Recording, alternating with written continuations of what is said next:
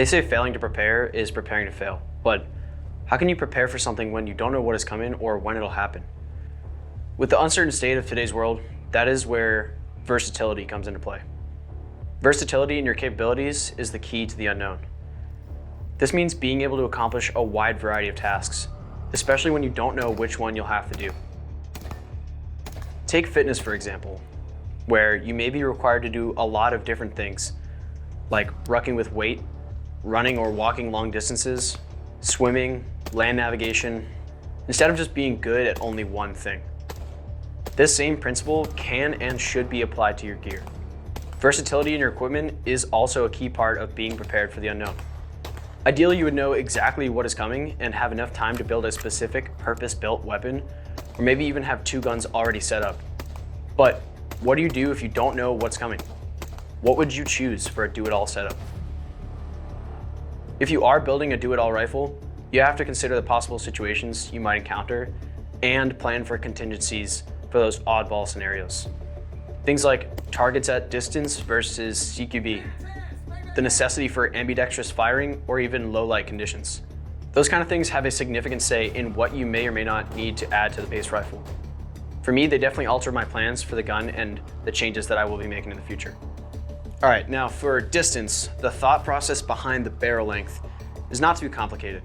I knew the ballistic benefits of having a full-sized 16-inch barrel, but I also wanted something that could handle closer distances in case I used it for indoor scenarios or even indoor classes.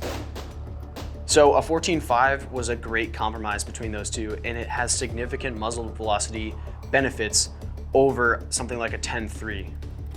Some other things you should consider. Do you need a bipod? Are you out in the rural area where you're concerned with longer ranges and need a little extra stabilization? A lot of bipods nowadays are extremely light, although you may be sacrificing some durability, but it still gives you a lot of capability without too much drawback. I keep this Magpul bipod in the case with the rifle, just in case I need to throw it on at the last second. The next big choice when considering versatility for distance is optics. A lot of this is preference, admittedly, but equipment capability definitely plays a role. The optic I'm using is the Vortex Strike Eagle 1:8 first focal plane with an EBR8 MOA reticle. LPVOs like this one give me up-close capability with the 1x magnification, but also a great deal of range out to 8x. The first focal plane also simplifies my holdovers because they remain the same no matter what level of magnification I'm using. I can do a lot with this optic, and I can do pretty much everything with this that I can with my EOTech in G33. Maybe I sacrifice a little bit of weight and durability, but I still think this is just as capable. Both options are great and can accomplish a lot of the same things, but this is the one that I would choose for the most versatile shit hit the fan situations.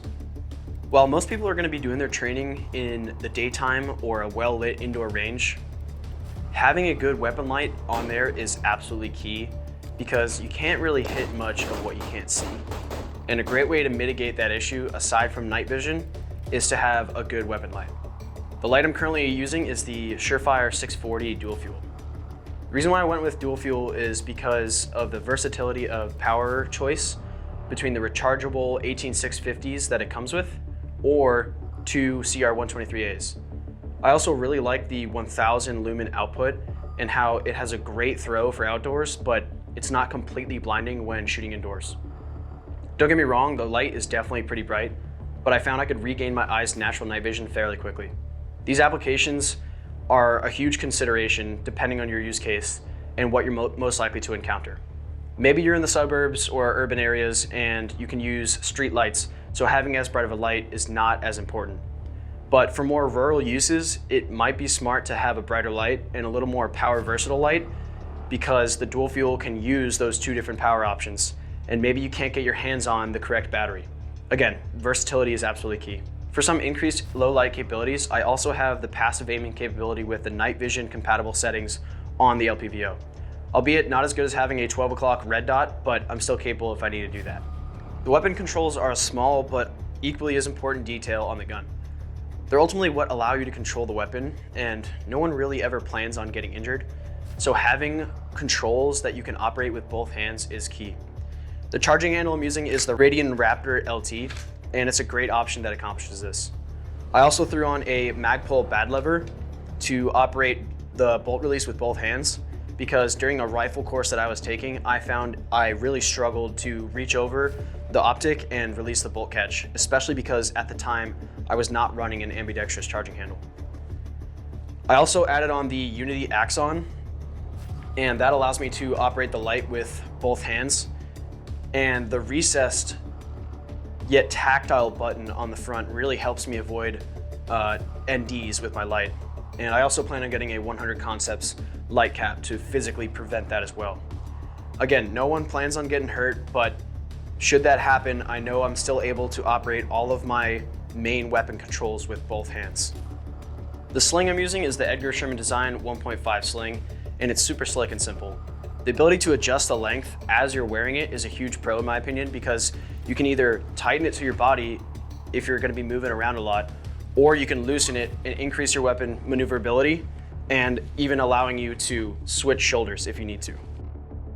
Suppressing this rifle was not initially in the plan because it's not a particularly loud or concussive rifle, especially being that the barrel is only 14.5 inches.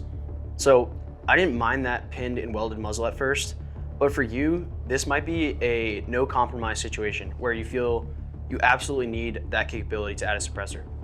So you either have to go to a 16-inch barrel, allowing you to swap out the muzzle device, or you can SBR your rifle and get something shorter.